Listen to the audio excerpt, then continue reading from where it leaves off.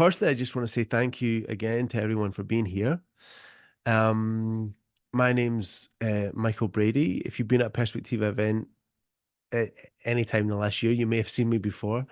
And I'm delighted to be joined by my good friend, longtime friend, Phap Linh, who's a senior Dharma teacher in the Plum Village Zen Tradition, um, which is the tradition of Thich Nhat Hanh. And what can I say about Phap Linh? Phap Linh, I first met Phap Linh, I think it was 2010 when I went to Plum Village for a retreat for the first time. Um, and I can share, I'd been reading a lot of Thich Nhat Hanh's books and really falling in love with this path of practice. And I was very excited to go to Plum Village. Um, and when I got to Plum Village, uh, saw Thich Nhat Hanh, and that was wonderful. But one of the things that surprised me, that really struck me, was the kind of way of being of the monastics there, and they seemed very happy and very relaxed. And I thought, oh, I want to have some of that, you know. And somebody that really embodied that for me was Phap Linh, and so he's been a good friend to me for many years. And he's a wonderful Dharma teacher at Plum Village and gives wonderful talks. On Buddhism, but also integrates a lot of uh, wisdom and fields of knowledge that are also outside of Buddhism. So philosophy and science. Many of you here are fans of Ian McGilchrist, and Phap Linh is also a fan of Ian McGilchrist and has been in conversation with him. I think he came to Plum Village or beamed in for a neuroscience retreat during COVID when it was online retreats. But Phap Linh is also a wonderful composer and cellist, and was a composer before he became a monk. So I'm really excited to talk with Phap Linh and yeah, engage in this dialogue. So welcome, Phap Linh, to this space. Well, thank you, Michael, for such a generous introduction. It's wonderful to be here with everyone. So I thought what would be nice to start, I want to get into a conversation. And if you haven't been at one of these events, usually what we do is we have a conversation for about an hour and then we'll open up to Q&A.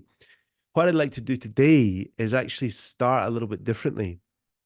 And I'm very grateful that Phap Linh's given me permission for this before we started.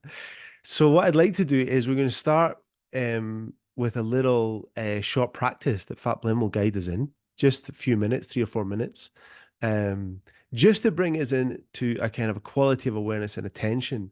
And then I'm going to play a piece of music that Phap Linh, I think, did you write this, or was this a translation of a Plum Village chant? I think the piece with you on piano and cello. Yeah, no, it's I wrote it. Okay, nice. Yes, so thank you everyone for being here, and yeah, this is a piece of music which is an instrumental version of a chant which is actually in French. So it's based on a text which was originally in classical Chinese, which my teacher translated into vernacular Vietnamese, and then was then translated into English and then into French. And every time it was translated, my teacher, Thai just means teacher in Vietnamese, that's Thich Nhat Hanh, he wanted it to be set to music. And the thing he told me, he always said this in relation to music and in any kind of cultural expression, he said, use local materials, which I took to mean, find a musical language and style which is, rooted here somehow, whatever that means. So I didn't really know what that meant, but I kind of went. I suppose I went digging in a feeling of Celtic roots, because I'm kind of Welsh, French, English, some mishmash of all of the above, and yeah, there's just a feeling of rootedness in with a familiarity with those roots somehow, a feeling of home. So I felt like maybe that style or that kind of musical language would connect. And so we have a chant for it in French, and this was the melody that I composed. And then right at the beginning of the pandemic, I actually was in lockdown, and sort of out of loose ends, I just thought, well, why don't I transcribe it? Make an instrumental version. I wrote a piano accompaniment, and then I recorded myself playing the piano part, and then added the cello part on top, just because it was just a way for me to connect with people in the world, and just to feel like I could offer something, maybe a little moment of solace for people who were going through really tough times, as I think many were at the time. So let's just take a moment to kind of see if we can cultivate a deeper kind of presence, a deeper kind of listening. We know that the presence is something which is of a variable nature. We can be more or less present. And there are ways that we can establish our presence. So for me, one of the ways that I like to employ, that I learned from my teacher, is to bring my awareness to my body, to my sensations in the body. So we can start just noticing whatever position our feet happen to be in, however those sensations are. We don't have to sit in any special way, but just noticing the feet feel like that. The legs feel like that. The buttocks feel like that. The back, the shoulders, the arms, the hands, the head, face, eyes, and forehead, and ears, and nose, and cheeks, and mouth, and tongue. Just bringing all of these sensations, which are always there, but just bringing them back into the sphere of our awareness. And what that does is that then grounds us and connects us to the present moment, because all of those sensations are only ever in the present. And so as long as we are with those sensations, the feeling of weight, maybe as tiny little micro movements and changing of the balance and the curvature of our spine as we breathe. You can even feel the air on our skin, even if it's barely moving, even if we're indoors. You can feel the tiny little movements and currents of air, because our skin is so sensitive. And these are all the sensations that we might otherwise just overlook or disregard because they're slight. But when we bring our attention to them, they can grow.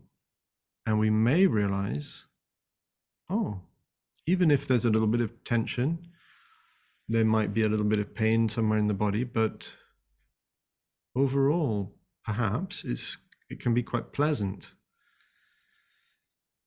just to be in those sensations. Now we can just notice the breath coming in, the movement of the in-breath, the movement of the out-breath. And we're just coming deeper and deeper, as though we could sort of sink ourselves into ourselves, sink ourselves deeper into our own sensations, into our own weight, and just sit ourselves deeper and deeper, arriving more and more in this moment, in these sensations.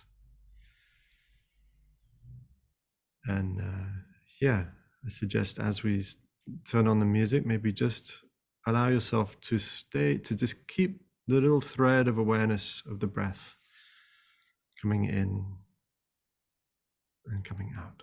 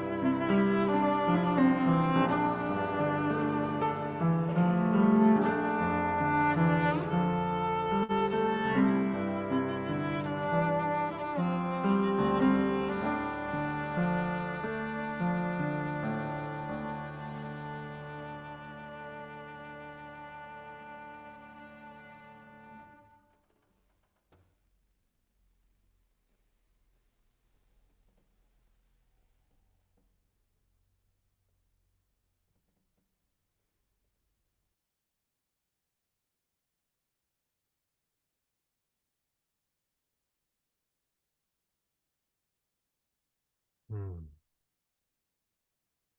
Thank you for that. Thank you for that, brother.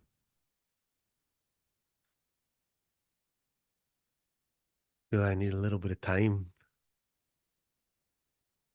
Oh, you're muted. Can you hear now? Can you speak? Ah, there we go. Go. Mm. Yeah, I feel I need a little time to launch into a conversation after that. It was really beautiful. It's quite something to listen together in presence. And I think it's weirdly rare, you know, Mm. that we allow ourselves to do that. We see that in Plum Village. Plum Village is a monastery where I live in the south of France, and we have big summer retreats that maybe like 1,000 people show up for 4 weeks in the summer, and a lot of children, maybe like 150 kids running around. And one of the practices that we have is walking meditation, where everyone walks in silence and presence, quite slowly, just aware of every step. So they're basically doing what we were just doing, sitting, being aware of our feet, being aware of our body, but you're doing it in motion. So you're just bringing your attention back again and again to the present, to the sensation of your feet touching the ground, and so on, the legs moving, the whole body moving, the environment around you, the other people, yourself, your feelings, your thoughts, everything in the present, to cultivating that precious but sort of underappreciated resource of presence. You could call it mindfulness. Mm. And then, so Tai, our teacher, this was one of his favorite inventions. And I wasn't planning to talk about it, but it just seems to fit so perfectly with the topic of this conversation. Once a week, we would walk down the hill from Upper Hamlet to another part of the monastery with a little courtyard. And if we were lucky enough, there would be some musicians. I'm a cellist, so we have a sister, a wonderful violinist. And then sometimes there were some other professional musicians who would come. So sometimes we could pull together a string quartet. And we would be there under the trees, waiting for 1,000 people to appear, walking very slowly and silently, who would then surround us like this vast, silent ocean. It's quite something, 1,000 people in silence, and sitting down, and we would start playing Mozart and Bach and Schubert, and people would have this transcendent experience. Sometimes listening to music they were very familiar with, but they'd never really listened to before in that way, because it's the field of presence is a collective phenomenon as well. So when you have 1,000 people all generating that awareness and presence, suddenly the music lives and breathes in a completely different way, and people will be crying. And so yeah, I feel like that's one of the great joys of my life, that I get to offer music in that kind of setting when people are very deeply present. Yeah, and as you say, this is something that seems to be more and more rare Mm. in our in the modern world. I think Yeah. the kind of initial impetus for this series of conversations was the shorthand we were throwing around at Perspectiva was music in the meta crisis, right? Which is music and the state of the world, and I think one thing that seems, I mean, the meta crisis has so many aspects to it. Um, it's like I think of it somewhat like an entangled kind of karmic knot that we seem to Mm. not be able to really disentangle ourselves from. This complex system that kind of hardens and the knot gets tighter each time. But if there's one thread in that, it would seem that it's our habits of attention and the way that we dispose our attention and the way culture and society um, and technology increasingly and the economy pulls us in towards habits of attention that are the exact opposite of what you describe, Mm. you know? Um, so yeah, we've jumped right into the Jump heart of right this, and in. it's Yeah. yeah, yeah, it is it's The it's heart of it. beautiful. And Mm. part of this this inquiry is how can we make those kind of qualities of togetherness, maybe communitas could be a word, those kind of Mm. experiences come more alive because they seem to be the lifeblood of the soul and something that's deeply necessary for us, you know? Absolutely. Yeah. Yeah. Yeah, I think about concerts. I used to go to concerts. I was at a music school in Edinburgh when I was from age 11, and they had this wonderful idea, which is to offer us season tickets to the I guess it was the what was it called, the Scottish National Orchestra, probably, I think, something like that, and they would play in the big hall there. I can't remember what it's called, Waverley Hall or some kind of hall, and so every Saturday night or Thursday night or whatever night, we would go there, and there'd be some grand production, big orchestral symphonic concert, and our aged 13, yeah, Usher Hall, there you go, RSNO, yeah, thank you, somebody's on the ball. And so aged sort of 14, 15, we thought it was very clever to stand on the steps and sell our tickets and go off and do something else, being very diligent music students that we were. But it's because actually the whole experience often was so stultifying. You'd go in there and you'd get a lot of very well-dressed people who are probably sleeping, like I'd say at least 50% asleep. The other 50% sort of, I mean, they didn't have mobile phones, so at least they weren't looking at screens, but they were kind of really discreetly trying to read the program, and also just maybe daydreaming. Like, and this is not a judgment. Like, it's actually quite hard to pay attention. Like, it's something that you have to learn how to do. It's how you have to, and I found it myself. I'd be there, and then my mind would wander, and I'd be like, I'm not even listening to this. So, and then you start thinking about the players, and then as a classical musician, you know that sometimes you can play, and your mind is also wandering. You might not even be there. So if nobody's there, it's like the players aren't there, the audience isn't there. So what's happening? So the whole question for me is how to be there. Everyone, from the players, even the composer, to the sort of setup of the space, the listening, the presence. And then I think that's when the magic happens, when you're there. And sometimes it just happens by accident, sort of by a kind of grace. Often with an orchestra, I would go to concerts in London, and just every so often you get a conductor who isn't using authority, but is using love. And you feel it, like the whole orchestra is just like, we love you, you're amazing. Like, and so they will do anything for that conductor. And then it's electric. Everybody's there. Everybody's fully present. I remember listening.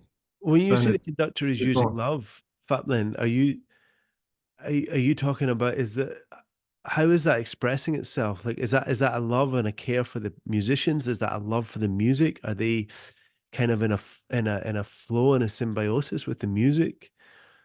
I can have a sense of how an authority and a conductor might use fear, yes, and to control the musicians, and how that would be very destructive. But say a bit more about how a conductor uses love. Well, they're Or quite is in rare. love. Yeah. They're quite rare.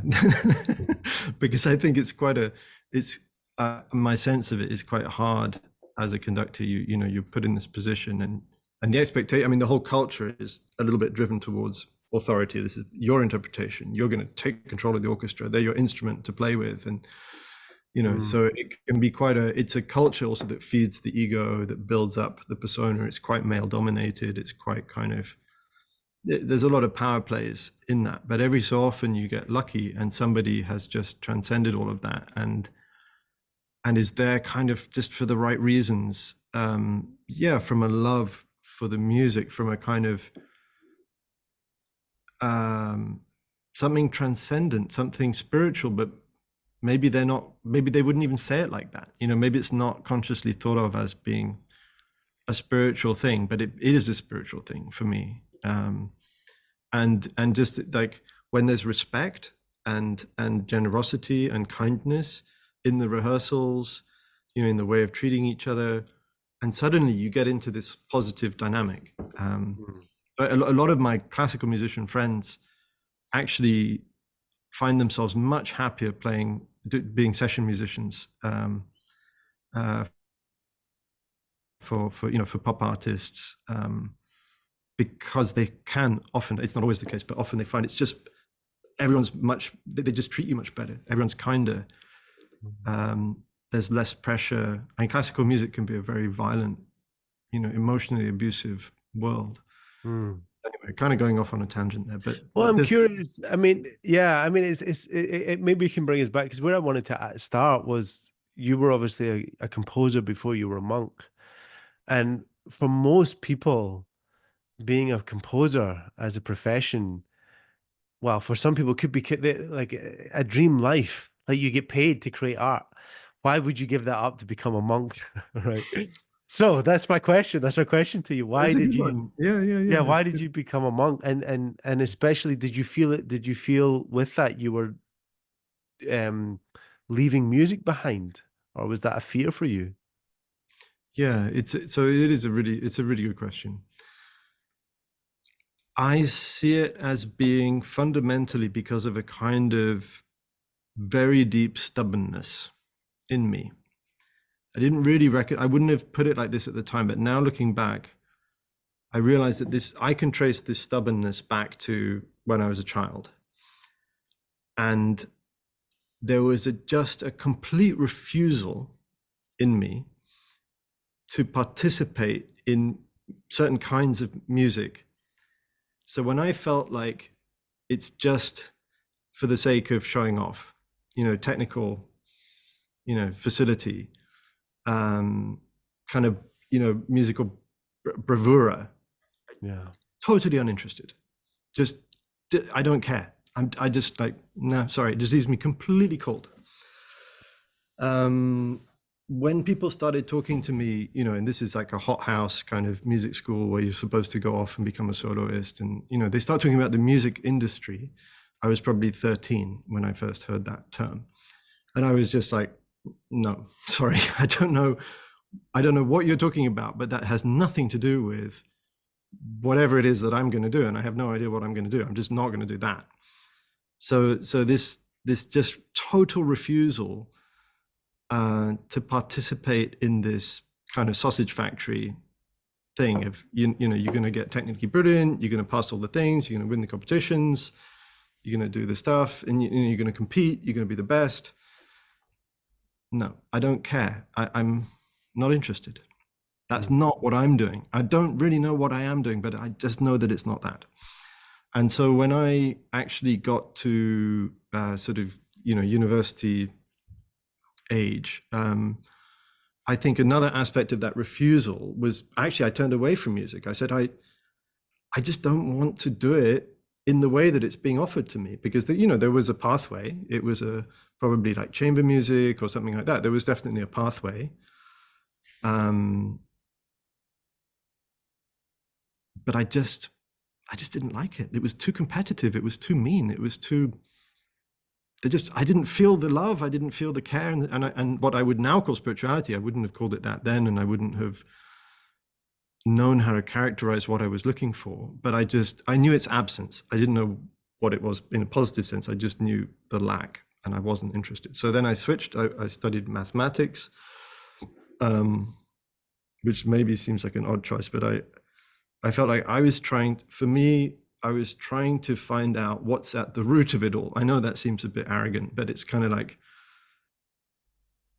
there's something important going on, something important and mysterious, and I want to understand it. And I feel like maths has something to do with that.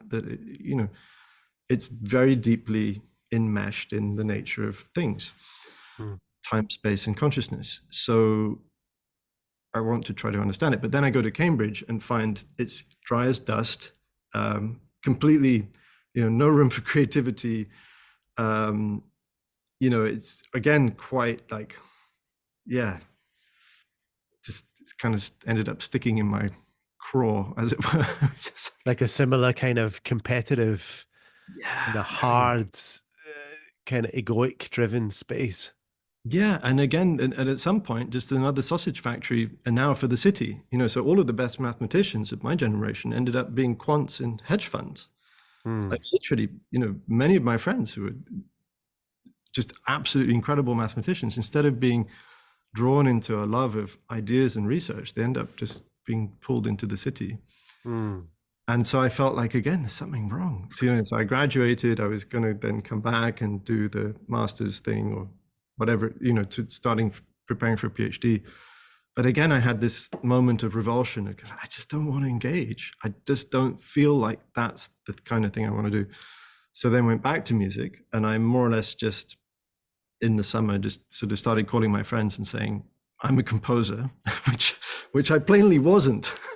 I just thought maybe if I just say so, then they'll ask me to write stuff, and I'll kind of have to be a composer because then I'll have things to write. So that's kind of what happened, and I had just a lot of wonderful, generous friends, and they played my my early messes, and they I gradually figured stuff out. I had some lessons and just did a lot of listening, and then gradually got to the point where I could make a living, and I was having bigger commissions and things that getting to write for really wonderful musicians. And again, I had this moment of just kind of no, I don't want it. I don't want to do that. And I'll use them. So I watched a film with my father a while ago, which some of you may have seen. It's quite a dark, difficult film. What's it called? It's Kate Blanchett as a conductor. It's just the name of the conductor. It's like a three-letter tar. That's it. And I think it's a very, very scarily accurate portrayal of what the culture of celebrity in music can do to somebody when you feed their ego, because they are brilliant and they have something, and you then praise them and praise them and praise them, and you reify this personhood, this self, to the point where it becomes practically demonic. It's like really toxic. And then there's abuse, and that people do terrible things, and they just behave really badly, and often are told everything's condoned. Maybe now in the age of Me Too it's changing, but I think for a long time, I think it's part of our culture almost that the genius is permitted almost anything in terms of behavior. They're kind of outside the normal expectations of morality. And it's like, as long as the music's good, you can be a monster. Doesn't matter. You can treat people badly, but as long as you produce a work of genius, then it's all fine. All is forgiven. Yeah. You have to be like that. You're a twisted, tortured genius, and maybe you have to be that difficult a person, that unpleasant a person, but it's all worth it because look, a great symphony. Yeah.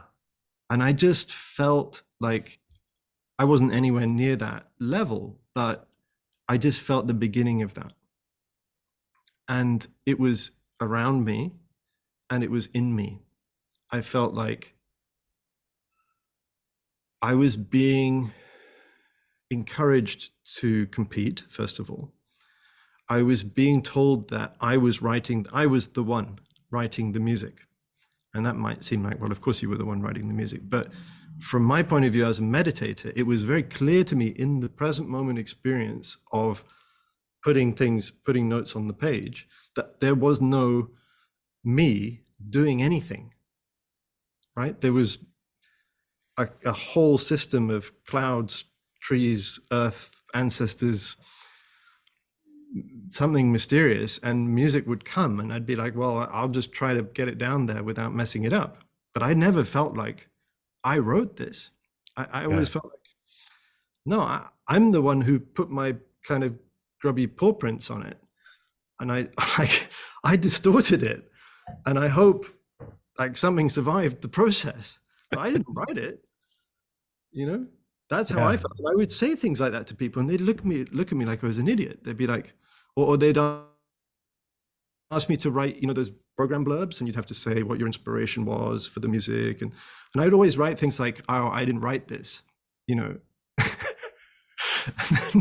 and then everybody that would get edited out, and they say, "But what do you mean? Nobody understands, and don't be so, you're just being annoying now." And it was just so inconvenient because the whole world was set up to praise me for being the one who did this thing. And then people come up to you after the concert and they say, "Oh, you wrote this, and there's part of you that kind of goes, yeah, maybe I did.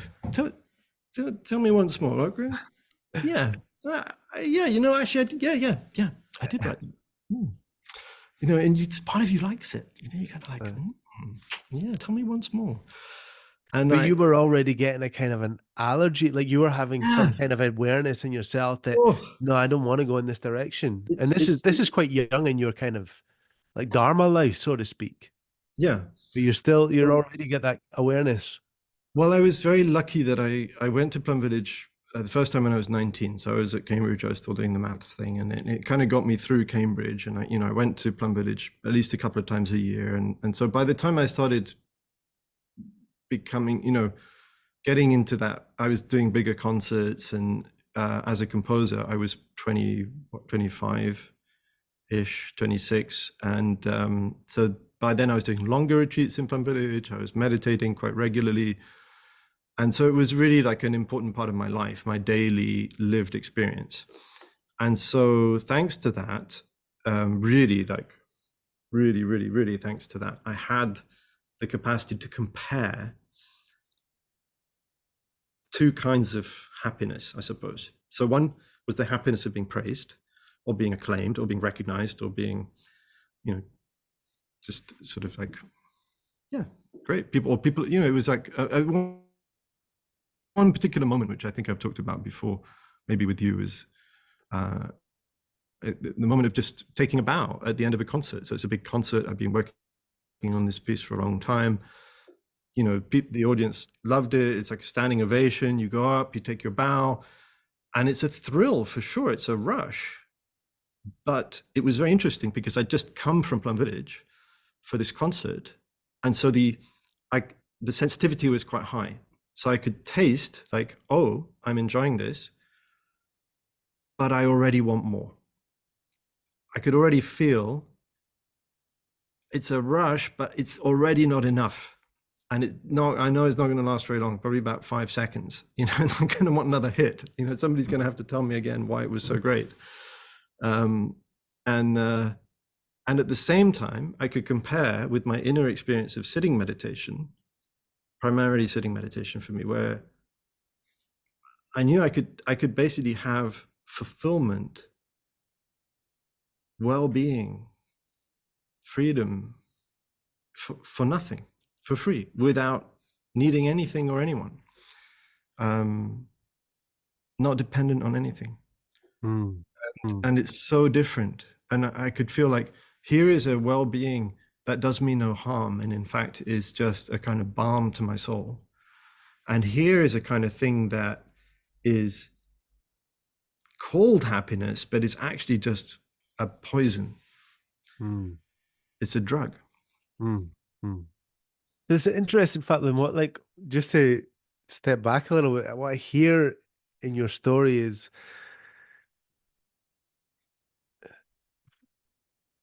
from an outside perspective, music seems like a wonderful thing, and the more of it, the more that we have of it, the better for our society. But what you describe about the kind of culture of classical music and the culture that's within classical music education, and how toxic some of that can be.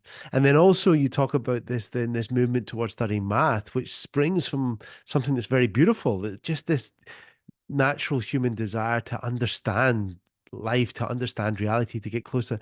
And then you find something again that's then you experience revulsion towards the culture of that. And then you find yourself in this a little bit more free space where you're your own composer, but then there's still this as you described, this kind of toxin of of celebrity, of acclaim, all of that kind of stuff. Well, especially the reification of a self, of Yeah, like, this is a person who did this thing. That in yeah, itself yeah, yeah, yeah, is yeah, toxic because it's not true. It's not. yeah, yeah. It makes me what I'm reflecting upon is if we're interested in how to respond to the various challenges of our times and how we kind of um try to amplify the good parts of our culture, the stuff that's already good, that we have to be aware that even all these attempts can be co-opted by all of these other kind of streams of human collective consciousness towards acclaim, towards egoism, towards all of this kind of stuff, you know?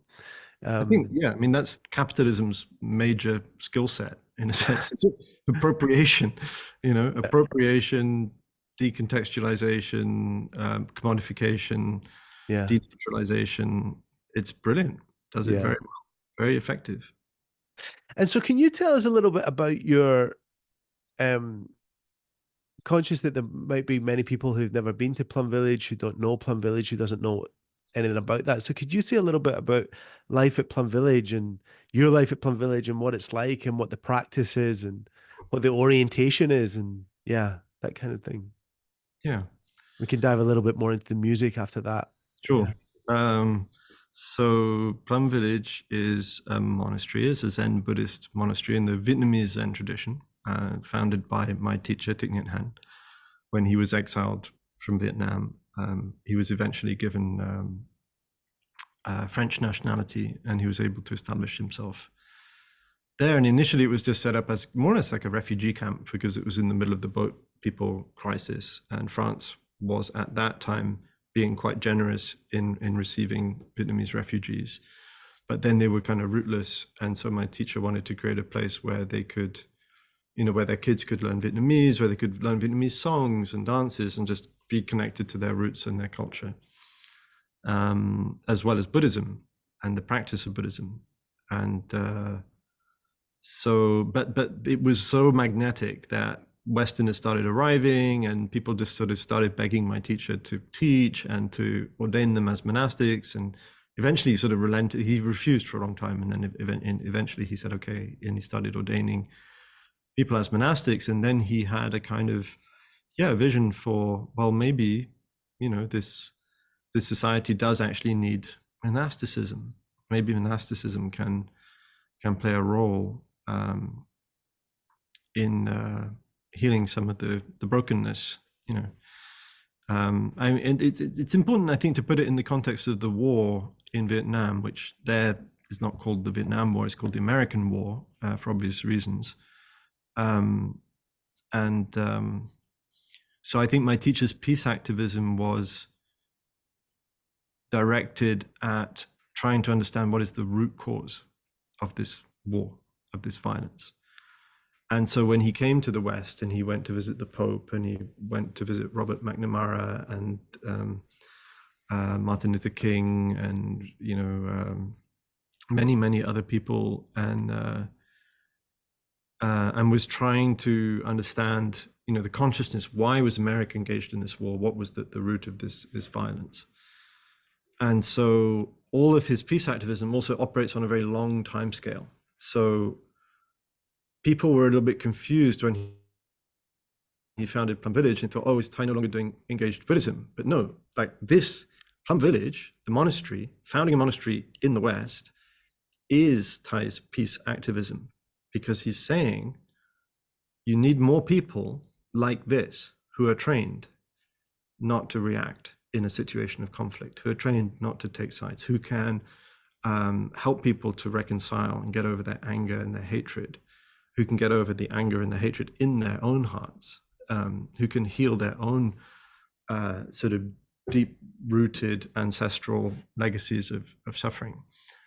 And so it's kind of like aimed at maybe preventing a war, not that war, which maybe he couldn't prevent, but he could maybe stop a war in 50 years' time. And who knows? It's like, maybe it seems like not enough, but that's the direction. And so we receive people from all over the world, maybe like in Plum Village itself in France, I think it's about 15,000 people a year who want to. They usually come and do a week of retreat of meditation, and so it's still a refugee camp. You know, we're receiving the refugees from the meta crisis, and just like surrounding them with love and care for a week and looking after them, and then we send them out hopefully a little bit more resilient, a little bit more loving, also able to offer and radiate that love around them, very much like what you're doing. So that's the idea. It's like train the trainers kind of model. So we train the carers, the therapists, the teachers, the doctors, the nurses, and then hopefully that sort of ripples out. And I think it does ripple out. So that's what Plum Village is about. And in terms of music, the reason that I could ordain there was that music was always a big part of life in Plum Village, and art in general. So all kinds of art. So my teacher always said Zen and art always go together. You know, many great Zen masters have been calligraphers or poets. And so there was no kind of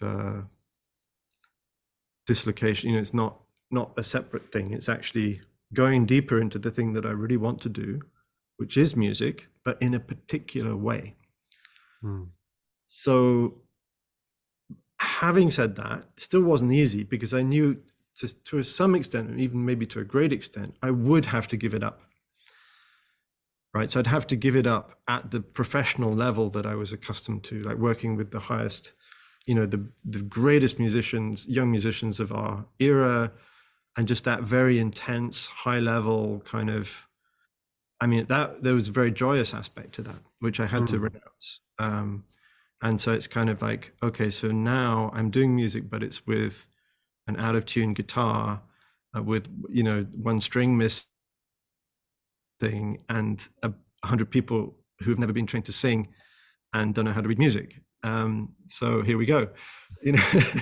So I had to like give up a lot of expectations or ideas about what music even is, and a lot of my kind of preciousness around certain aspects of music.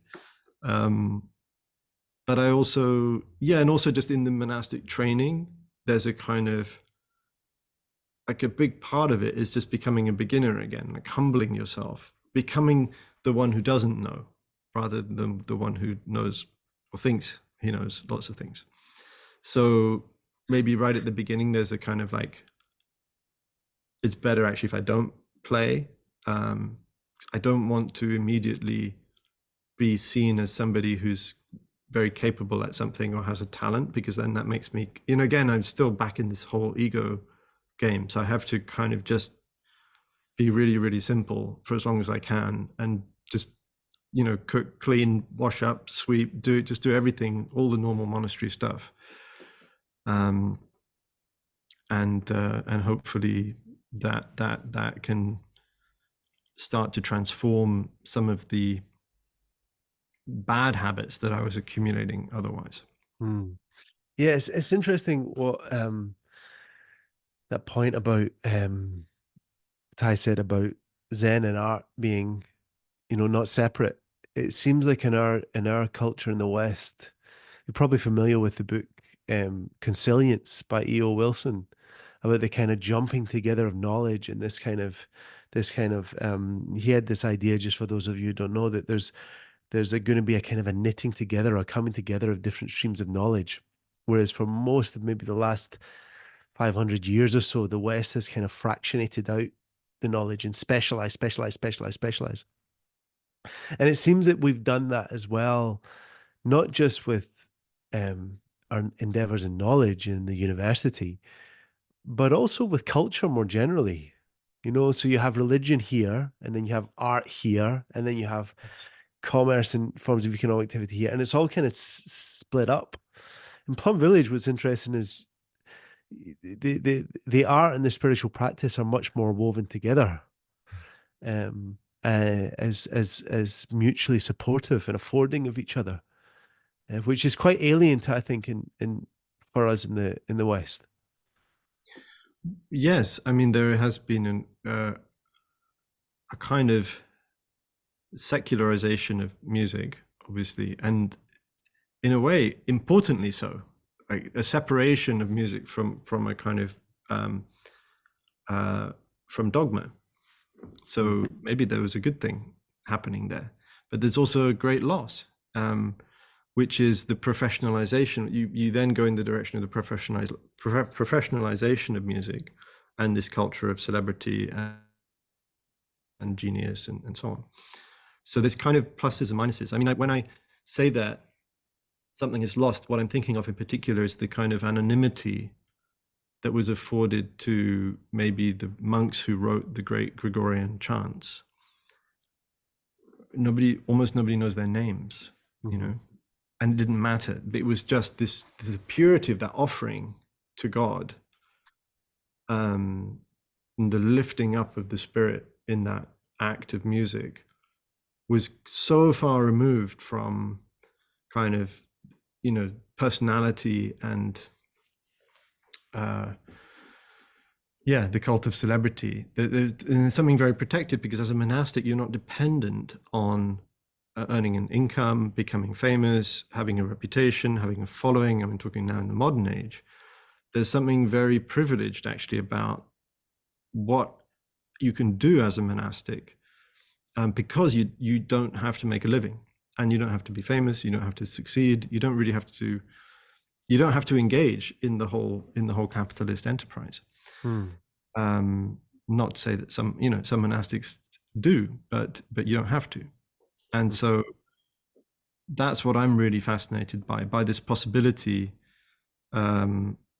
of doing something like music. And it's not just music, it can extend to many different domains, but for me, it's primarily music. To be able to come together as a group of people to say, hey, let's make a piece of music. Let's even record an album, for example, as we've recently done. And we're going to do it not to make money. We're not going to do it to get famous. We're not going to do it to be popular or to be liked. We're going to do it for love.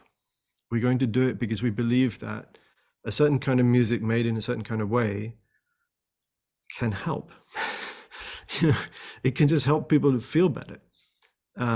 It can be a very real offering into difficult spaces, into difficult lives, and it can be of real meaningful support to people.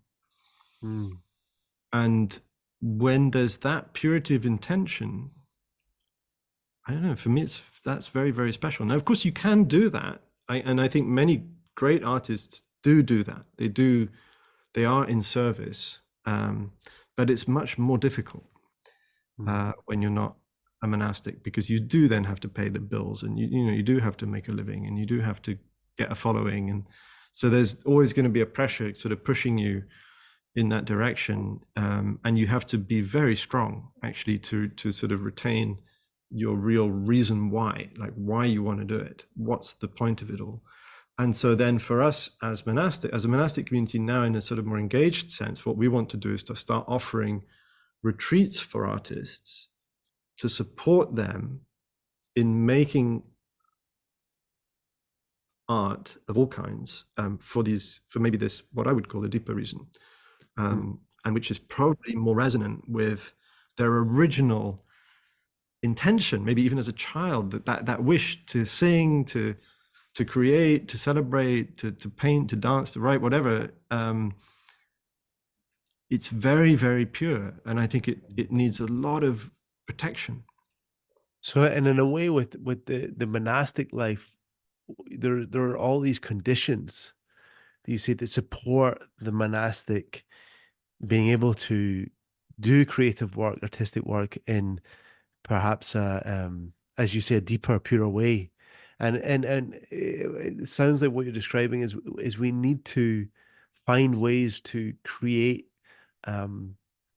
conditions for those who are not monastics, but still have that same desire to be supported, to be kind of anchored to that deeper, purer, the kind of, to use the term, the mindfulness, sati means remembering, to remember that their deeper aspiration, rather than it being caught by the again, to use Buddhist, caught by the marketplace. Yeah, exactly. And Yeah, sometimes it's enough just to be reminded, or just to be in a community of people who kind of agree that, yeah, this is the more important thing. yeah, And it's what I've seen in artists is that there's a kind of a release of a very deeply held tension when they feel safe to make art in that way again. They're kind of like, it's a relief. It's a profound relief. Just like, oh, wow, okay, I can do that. I'm allowed to do that. yeah, Yes, you are. You know, it's like the joy of the amateur musician. Like, amateur musicians have a huge advantage because they can do it amateur, for love. You know, yeah, that's the yeah, meaning of the word. yeah, That's what all music should be. yeah, yeah, yeah. So Fab, then I wanted to. I'm conscious of our time, and really wanted to explore a topic with you that uh we exchanged some tweets about. I think about a year ago. I actually looked up in advance of our conversation, and it's to do with I think we're in a time where many people care deeply about the world, you know, and they have deep respect for the various wisdom traditions of the world: Christianity, Buddhism, Hinduism, Judaism, Islam, and but many people may struggle with the ontological claims, you know. Um, but they still want to be in some way devoted. I Mhm. you know, and I use that term quite precisely. You know, I think people want to live the life of devotion, but it's maybe not in the it's a devotion to maybe life itself, to what feels beautiful, to what feels meaningful to them.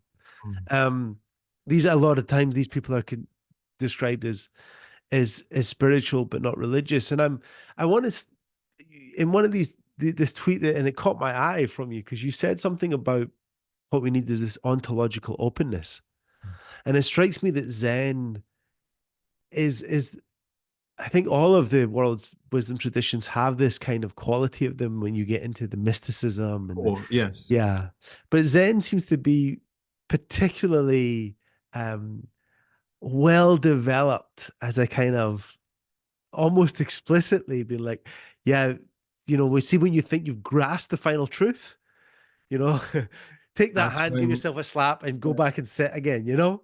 And exactly. so I'm curious, like, what one, if you could say a little bit about what you mean by ontological openness, and then, and if you can, then after that, maybe you could say a little bit about how you practice a kind of you're devoted to a path of practice when there's a deep epistemic humility about what is the nature of life and the nature of existence and the nature of being. And when you don't really know, how do you continue to practice with devotion? So that's a long question, but A good one. I like it. It's one that's close to my heart, and one that I've struggled with over the years because I went into the monastic life really quite confused in a sense. Like, I knew, like I said before, I knew the kinds of things I didn't want, and I knew that Plum Village was a place where maybe I wouldn't, you know, I would be free from those aspects of, you know, having to be competitive, individualistic, and so on. And maybe I would even be trained to release those habits of, you know, being competitive and individualistic in myself. That's still work in progress. At the same time, I was very confused about the role and the status of religion for me. I was, and perhaps still am, quite anti-religious in quite important ways, which is a bit odd to say as a monastic of 16 years. But I think that's at the heart of your question. So it was quite meaningful for me, and also confusing when Tai, my teacher, as part of becoming a monk in Plum Village, you get a name, and your teacher gives you a name, which is sort of the result of their insight into you and into your being, and the particularity of you. So I, in the end of the ceremony, I get this name, and he says, Brother Phap Linh, and I don't understand because it's in Vietnamese, and then he translates it, and he says, in English, true Dharmic spirituality. So Dharma is the path, that's the way, that's the teaching, all the monks get true Dharmic something, or true something of the Dharma, true Dharma something. It's always true and Dharma, and then the last part is, the bit that's specific. So for me, it's spirituality, which was a very interesting name to receive.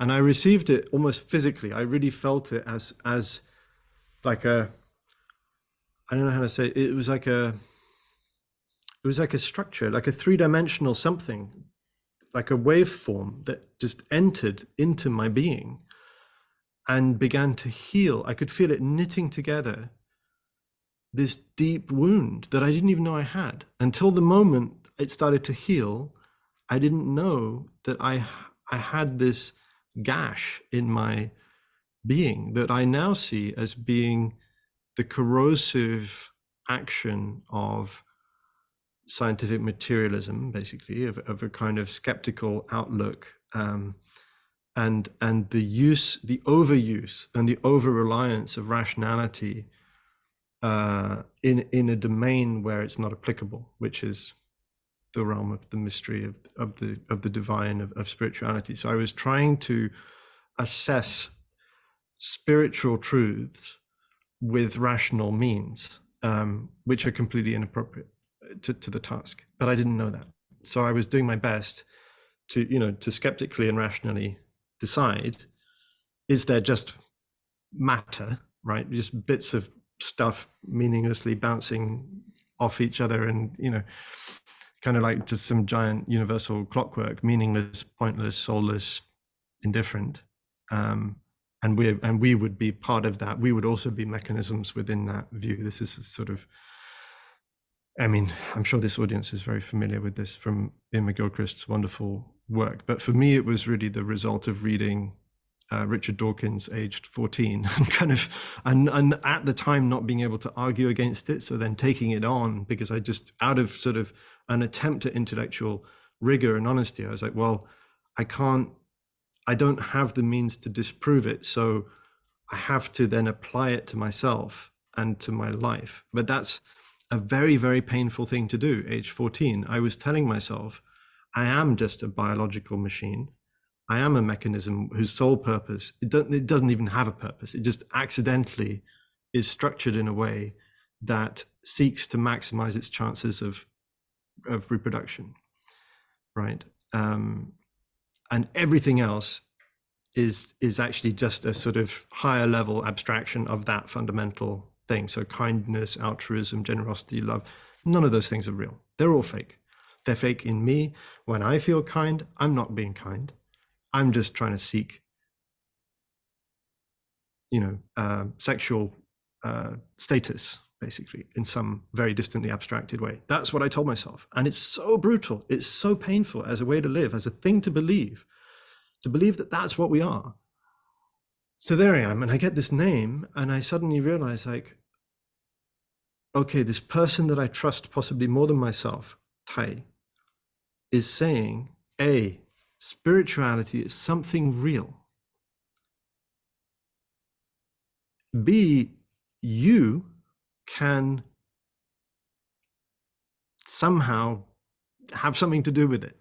You can live it, be it, manifest it, become it. Maybe you have to learn and live into it, but it's there as a potential in you. And his trust in giving me that name started this deep process of healing for me, which is ongoing. And so I'm trying to come back to your question, which was, just help me. It was to do with I'm in deep waters. Ontological openness. Yes, yes. And Okay, that got kind you. of epistemic humility and still being devoted to a spiritual path Right. without that So, kind of conviction or certainty about how things are. yeah. So Uh, this is and was still, well, it was more difficult for me then. But I was sort of coming, it's like, okay, I'm going to do this thing. I'm going to become a monastic, but I'm very, very skeptical and kind of not sure about this whole business, this whole religion thing. And I'm going to become religious, a religious person. Am I now Buddhist? What, what does it mean? I have to believe certain things. And I really had big problems with this. So I even asked my teacher, like, do I have to be a Buddhist to become a monk? And in typical Thai style, he just grinned. So I was like, okay, I'm good. I can do this. And I felt like my trust started to condense around certain things. Because we have these 14 bodhisattva precepts. The first of which is this fundamental kind of, what Thai would call it, the lion's roar, which is this commitment to openness. And a refusal of ideology or dogma in any form, even Buddhist ones. So when I read that, I was like, wow, okay, there is a religion, there is a spiritual practice which encodes at its heart and puts it in number one, of its principles, a refusal to be bound by or committed to any form of dogmatic belief or ideology. I was like, that is cool. That is ground that I can stand on, right? If that's the resting place, the kind of like, I refuse to be bound by any doctrine or ideology, then that's the kind of ground that I can stand on. So it's basically like built in this profound anti-dogmatic stance. And what that encodes is also an understanding of the limitations of language, because what it's saying is, we know that whatever we say in some profound sense is wrong, because it's the map, it's not the territory, right? Language is a beautiful, wonderful thing, but it's not reality, it's not experience. And so anything that we say about the nature of experience in language is by definition wrong. It's not, it's like this, somebody said, all models are wrong, some are useful. Right? So it doesn't mean that we can't use language, but we have to be very, very, very careful about what credence we put in it, how we handle it. It's an instrument, it's like a knife, it can cut you. If you use it skillfully, it's helpful. But if you don't know how to handle it, you're going to get in a big mess. And that for me is, I don't want to make any too sweeping statement, but for me, I think a lot of the harm that has been done by organized religion throughout our various variegated histories in very different cultures is around this, the thing that happens when language takes over and solidifies, and then we make demands on people. You say, no, you now have to believe this, and you have to agree with this creed. You have to you have to kind of certify, like, I believe in this. It's the thing that I had an allergy to in school, when they say, I believe in da da da da, and you have to recite the creed, and I'd be like, but I don't, so why do I have to say it? This is madness. And it's not faithful to the roots of Christianity even, it's something, it's a later accretion, I would say, but I mean, maybe I'm not so qualified to talk about that. But I think what I can have faith in is not a set of beliefs, but a set of practices. Okay?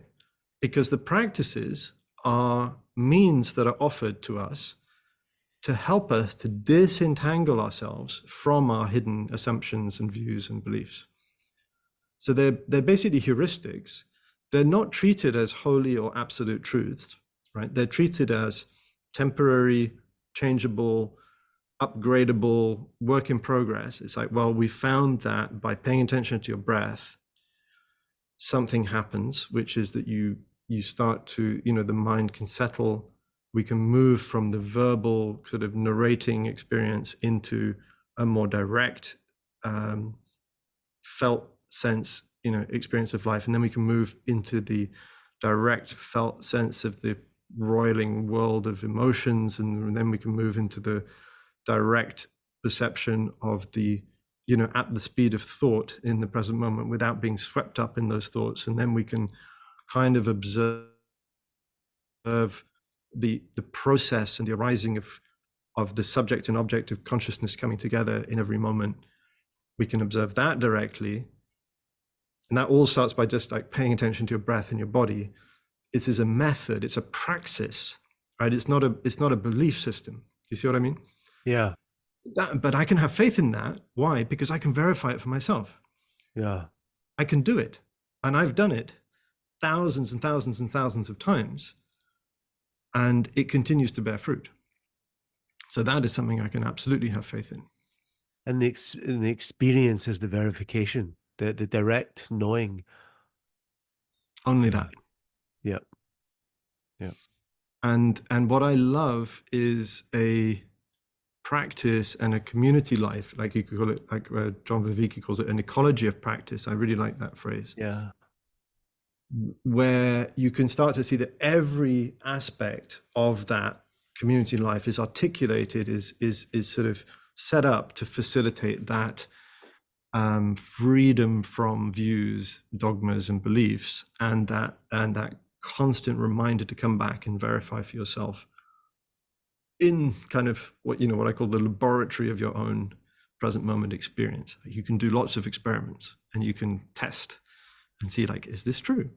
Yeah. Does this work? Is it still true? Do I need to change it? Like, yeah, those experiments are very fun, and you can keep doing a lot. And I'm conscious of our time, and I want to hand it over to the audience for questions. But I maybe throw one last question at you, Phap Linh, just to bring us to a close.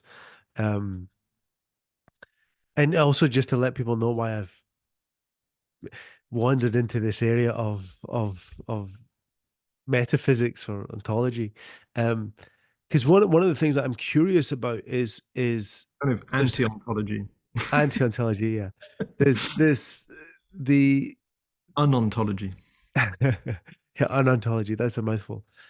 There seems to be a kind of a need for cultural renewal, and affording opportunities for people to come together. One of the things that Greg Thomas and I spoke about last time was the African American musical heritage and the social rituals and practices that that really were life sustaining for that community for a century. Yeah, I listened to the conversation. It was really beautiful. Yeah, and so, but we're in this time where we don't have a kind of ontological consensus in our society, So the reason I'm curious is can we create these forms of communitas, and maybe music is one of the most powerful vehicles to do that in a way that is ontologically open, in a non-ontological way. Yeah, I love that. The comment. Wow, Yeah, no, I somebody saw that nailed there. it. That's Non-ontology. great. That's great. Ontology. So yeah, I just I'm want to ask you gonna that borrow that. I'll question. credit it. It's a Do you great think one. we can? Do you think we can do that? Fantastic. And how do you think? How do you think we might be able to do that? As someone who is kind of has so many experiences of communitas at Plum Village, could you see that moving into society in a more, without being tethered to an ancient 2000 or 2,500 year old wisdom tradition? Okay, so yes, because that is what we're doing right now, in a sense. I think we're engaged in that business, and it's happening, I think, in lots of ways.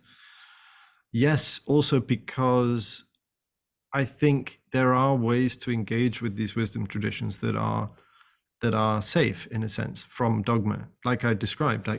For me, I feel safe to engage, to be rooted in a tradition, because I think tradition, like, we can't dismiss tradition, right? We can't throw it out of the window.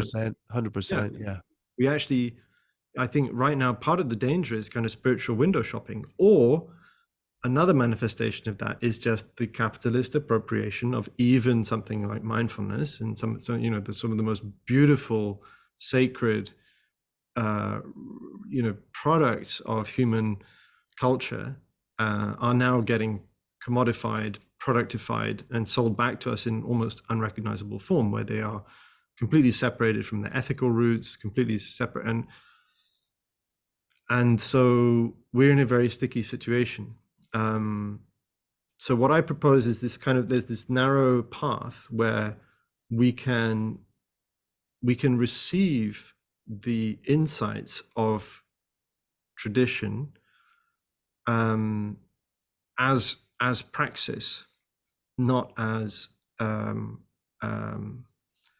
dogma or kind of a belief system. So what you have is a sort of like an unbelief system, or like a kind of like belief verification system, or like what I would say, like I've been thinking about this a lot recently. This is to do with a book that I'm working on, which is, so it's one possible framing of Buddhism for me, because people have said, oh, maybe Buddhism is like science, or is science. No. I think if anything, Buddhism is a set of skills or methods which involve also training at a teacher-student relationship, right? So it's not just you'd learn it in a book or from a YouTube video, that there is something mysterious that arises in community practice. There is something mysterious and deep that is beyond words, that is transmitted by a teacher to their disciple, right? So this is also a little bit antithetical to our Western sensibilities of I'm just going to do it on my own and don't tell me. And, I'm kind of like, we're a little bit skeptical about teacher-student relationships because of the way that they've been abused and how, power dynamics have come into them. So there's, it's not easy to navigate, but I do think it's possible to receive these traditions, to learn from them as a way to take off the glasses that we're wearing without knowing, which are our views, our worldviews, right? It's like we have a view on the nature of reality, on the nature of ourself, on the nature of human beings, and what it all means. And then we get to have a practice that goes, oh, look at that. That's interesting. Here's a view. And then you can either, you can give them you can clean the glasses, you can put them back on, or you can put on a different pair of glasses, you can change them, you can wear sunglasses, it's like, or you can wear no glasses. Very hard, but possible. This, I have a point of disagreement with Ian McGilchrist on this one. So yeah, I think in that sense, it's possible to engage with tradition. As to your question about whether it's possible to create spaces of, I don't know exactly how you put it, but it's kind of like spaces of healing. Communitas, I would say. Communitas, yeah. And maybe music and celebration, without feeling that you have to now become a member of something or have a certain allegiance to any particular tradition. I would say in Plum Village, the vast majority of people who come to our retreats don't consider themselves Buddhist. They're never asked to convert to anything. They're never told that they have to now be Buddhist. In fact, what we generally do is encourage people to go to strengthen their roots in whatever tradition they come from, whether that's Christian, Muslim, Judaism, whatever it might be. We're like, there's beauty and depth in your roots, and you also have to take care of them. And if these practices can support you in that process, in freeing up and healing your own relationship with your own tradition, then that's our greatest happiness. So we never we're not interested in converting people, and I think we can create these spaces where practices are offered, and they're offered freely. Like, it's not kind of like you now have to do this. It's like, well, if you've chosen to come to Plum Village, then presumably there's an intention to experiment with this. So there has to be a general willingness to have a go, but it's not very forceful or authoritarian, as it were. It's just like, try it. If you like it, carry on, and apply it. Be inventive, be creative. Yeah. Wonderful. Okay. Well, I think this is a good time to open to some questions from everyone. What I'm going to do is, then I'm going to remove the spotlights that are on us, and then hopefully we'll see everyone.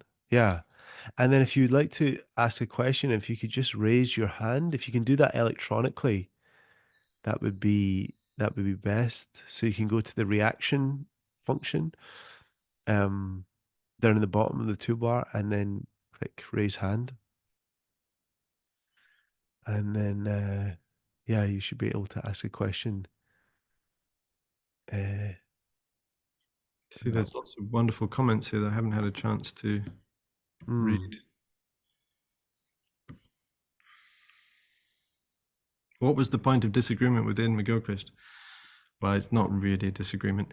I think he said something slightly offhand about not believing that it's possible to have no view. So what the highest view, what's considered right view in sort of traditional Buddhist thinking, is sometimes referred to as the absence of views. And I think he may have taken that a little bit, not in the sense that it's intended. He said, well, it's not possible to not have a view. You always have a view because you're embodied, and so as a human being, yes, you are seeing from somewhere. But what I think, as I understand it, it's meant to mean the freedom from a set of metaphysical prejudices, basically, of any kind. And that's at the conscious level, but also at a very deep unconscious level.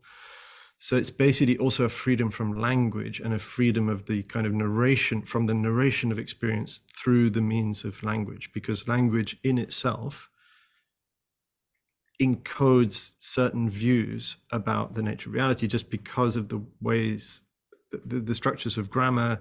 For example, the verb to be implies that things either are or they are not, right? But that's a view about the nature of reality, which from a Buddhist point of view is very misleading and is actually at the root of a lot of suffering. Like if we think that things exist, then we reify them, we solidify them. So the freeing from views is this idea of like, if we could somehow get to the roots of how how language has conditioned perception, we can uproot that and get back to a kind of direct perception in which there is no reification and we're free. And that's what's considered the view of no views, of no view. But it doesn't mean that you still see the mountain, right? You still see the river, but you just don't reify it in the same way. So I think if we had a chance to talk about it more, I don't think we'd disagree at all. Is enlightenment direct perception from the right hemisphere? Maybe. I don't know. We don't talk about it much for obvious reasons. Why don't we talk about it? Because then we make mistakes. Because language. Would anybody like to ask a question? And it's great to have questions coming in the chat, but it's also really nice to get people's voices in the space. So, Jonathan, I think Jonathan has a question. There was a great question in there about spiritual narcissism. Hi there, can you hear me okay? Yes. Okay, thank you. So thanks for the really wonderful event and talk, and thanks for joining us and being here today. I guess I wanted to just query you on the spirit rather than the letter of what you said vis-a-vis your own history and your own sense that you could commit to something that was a kind of non-ontology, as the term was coined. And I guess I was just curious about how that works when one faces resistance or one faces struggle, because I think those who studied spiritual practice and alternative spiritualities outside of religious contexts often find the problem arises precisely when you reach some kind of limit or obstacle, and you find that you're obliged to actually, seek out a teacher or seek out someone who's been there before And that's precisely what you get within a tradition. And the binding quality of that tradition is often something more, if not doctrine, then dharma. You know, at least there's some kind of shared commitment to something that isn't just a practice. And I wondered how you contend with the idea that, you know, try it, you might like it, or try it, it might work. How far that can take you, and whether it risks collapsing into a do what works for you and you only, and therefore ends up shoring up problems of narcissism and kind of spiritual materialism, rather than actually leading to something like transformation.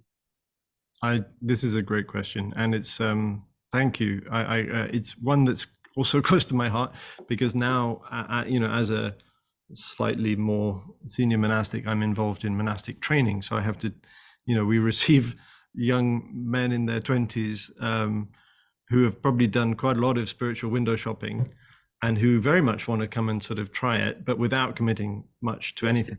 And it's a huge problem, because so the subtlety for me is this, that when I say, you know, for example, I received this, there's a sutra called the Anapanasati Sutra. It's the 16 exercises of the full awareness of breathing. So there's this thing that the Buddha said, maybe the Buddha said, but anyway, it was recorded as the Buddha said this, which involves 16 exercises. They're very specific, they're very detailed. And the invitation is to try it, right? So obviously, then there's the question of the way, the how, which is a kind of hemisphere question as well, because I could try it in a kind of like a very uncommitted way. I could try it in a way that has no love in it. I could try it in a sort of selfish, narcissistic way. It's not going to work, right? So the try I'm talking about involves a kind of surrender already. There has to be some stance of spirituality, which often depends on the relationship with the teacher. So there has to be a relationship of trust. It can also be with a community where you see, like, I accept that I don't know, and that I may not be the best judge actually of what is reliable and what is unreliable, even to some extent in my own experience, because I may be so caught up in narcissistic fallacies that I don't even know what's happening in myself. So I need to trust that there are kind people around me who have enough insight and presence that they can kind of, maybe at the beginning, see into me a little more clearly than I can see into myself. And they will help me and they will guide me. And when they ask me to do something, when they invite me to do something, like, say, bring my attention to my breath, I have to be very, very attentive to the, not only the explicit instruction, but the implicit instruction, the way.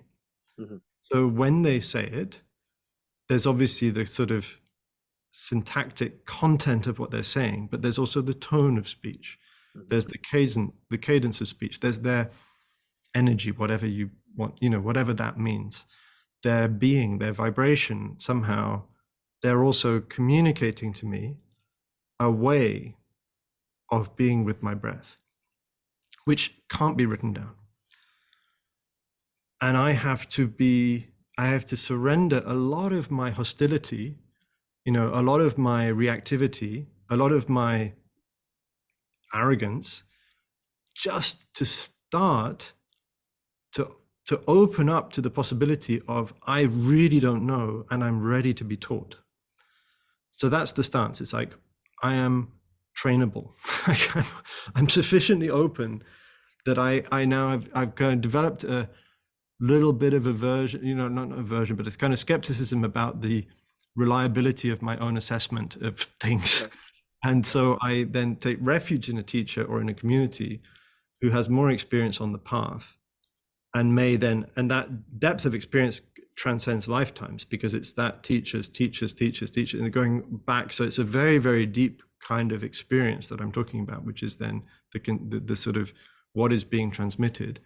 And then when I sit down on my cushion and I try to follow my breath, I may conclude after one session, oh, well, this doesn't really work, or this is not applicable to me, or my personal trauma is different. I need more of this, a little bit of that. And this is, we get this reaction all the time. You say, well, I know that's great, but, I need something more specific. I want to do my own thing.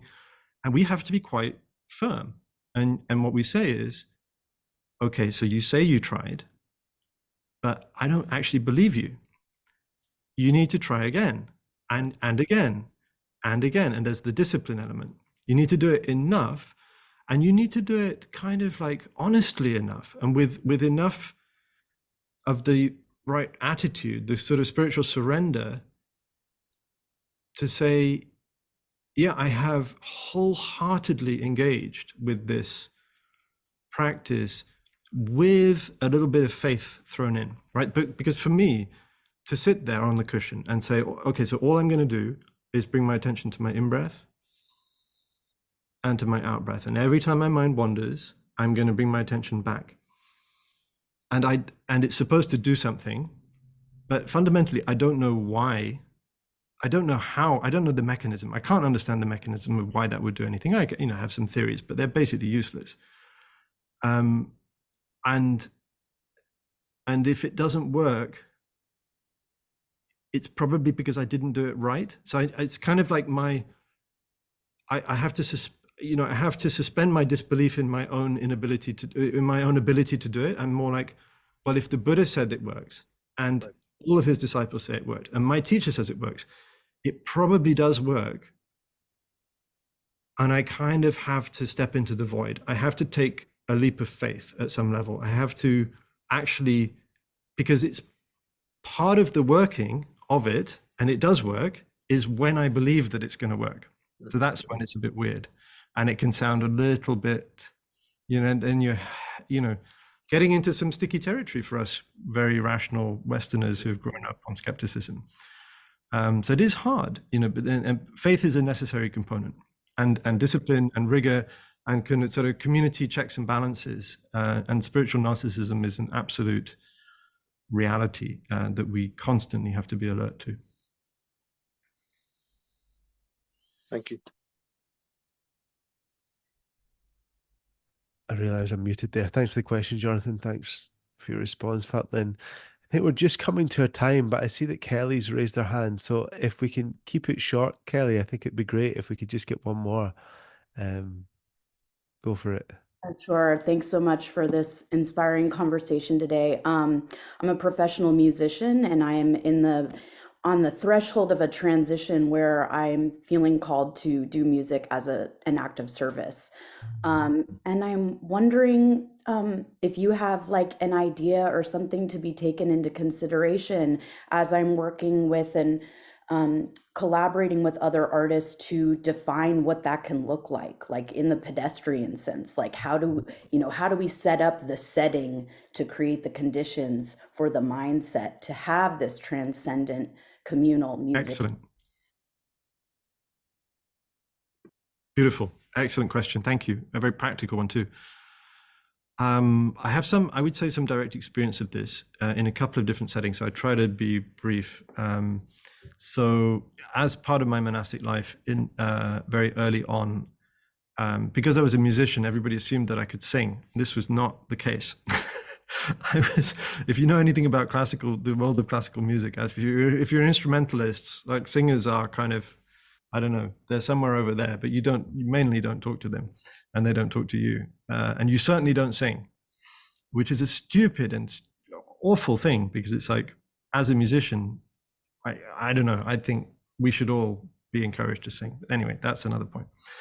But everybody assumed that I could sing, so they would, at the beginning of the sitting meditation, they'd be like, "Oh, Phap Linh, go and chant, and we have a morning chant before the sitting meditation in the morning and the evening." But and of course, I can hit the right notes, I can read the music, I can but I don't feel comfortable singing, and in fact, I feel a lot of shame and confusion.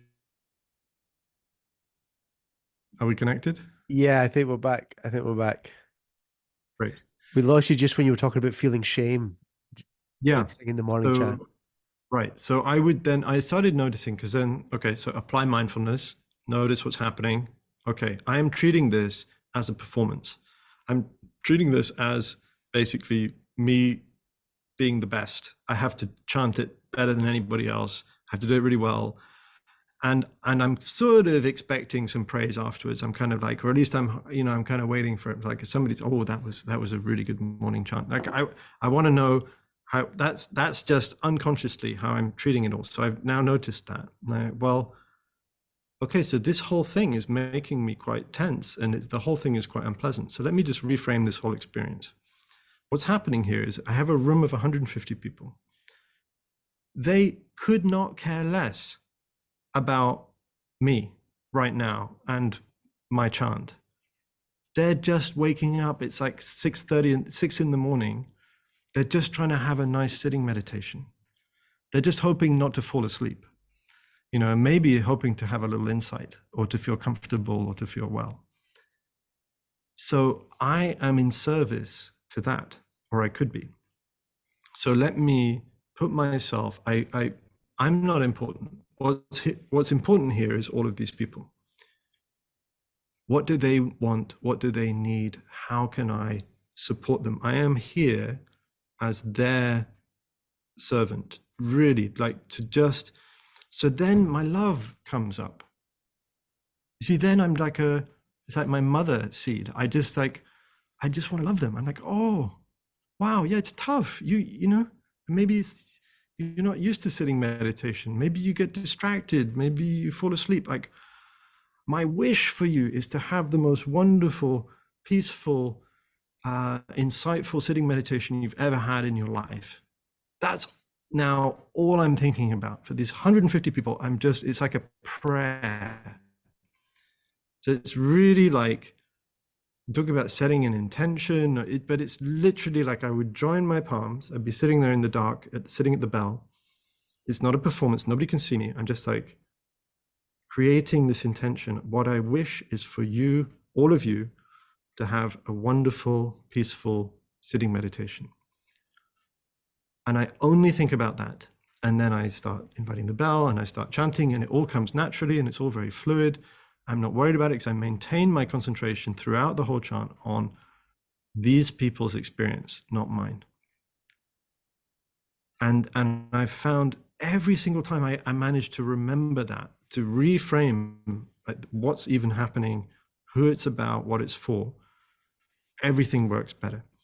So recently we had a chance to work with a wonderful producer in Plum Village, and we didn't really know what was going to happen, but part of the idea was like, maybe we're going to record an album. But right at the beginning, some of us got together, and because I'd had this experience, I was really keen, and it turned out everybody was quite aligned on this, to set an intention. So we kind of invented a little ceremony. And, we have some ceremonies in Plum Village. And so I kind of looked up one in the chanting book, and there was one about like blessing a space, where there's a purification of the water ceremony, and then you sort of spread water around the room, and you call on the support of the ancestors. And there's a whole thing, there's certain chants, and it's, so I just thought, well, we are blessing a space. We're blessing this recording studio, and we're blessing each other, and we're all going to, and then I created within the context of that little ceremony an opportunity for everybody to share their intention, like what was important for them in this project. And it was very beautiful what everybody said. Like, I think some of the things I've said today are a little bit related. It's more like, for me, it was the importance of being able to record and make and create, write and sing, perform music for love, and to kind of touch an experience of love and maybe even healing in others, and just to feel like, okay, we're sending it out into the world only for that. And then the others shared different things, but all quite, very aligned actually. And I must say that for the next 3 weeks of this project, I felt we were protected by this vow, by this intention. It's real, it's a ceremony, which is, again, doesn't come easily for me, but very, very profound. It really, really, and I felt like about halfway through, some of us noticed we were starting to lose it. And there was a little bit of tension coming into the group, a little bit of disgruntlement and competition and weird energies. So we're like, oh, okay, we need to, bring because we'd started with 4 and now there was like 12 people. So it was like, oh, they didn't all do the ceremony. We should do another ceremony. So we just did another ceremony and everyone was like, oh yeah, that's what this is about. That's what we're doing. And it provides this kind of protection, just knowing like we are actually aligned at this very, very deep level. We know what we care about. We know what's important to us. Yeah. So that's, I think that's real. I think that's a very, very real thing. And maybe it's just like a stick of incense and then everybody shares an intention. Maybe there's a song that you can sing together. Maybe you can have a bell. It's like you have to kind of just conjure it up, but there's probably bits and pieces of other traditions and things that you can pull from to make it work. And if you want, there's a Plum Village, we have a chanting book. It's called Chanting from the Heart, and there's a ceremony in there. It's like a dedication of a new house or something. So that's the structure we followed. But I would recommend that you do something that's meaningful and sort of rooted for you. Thank you, Phap Linh. Thank you for the question, Kelly.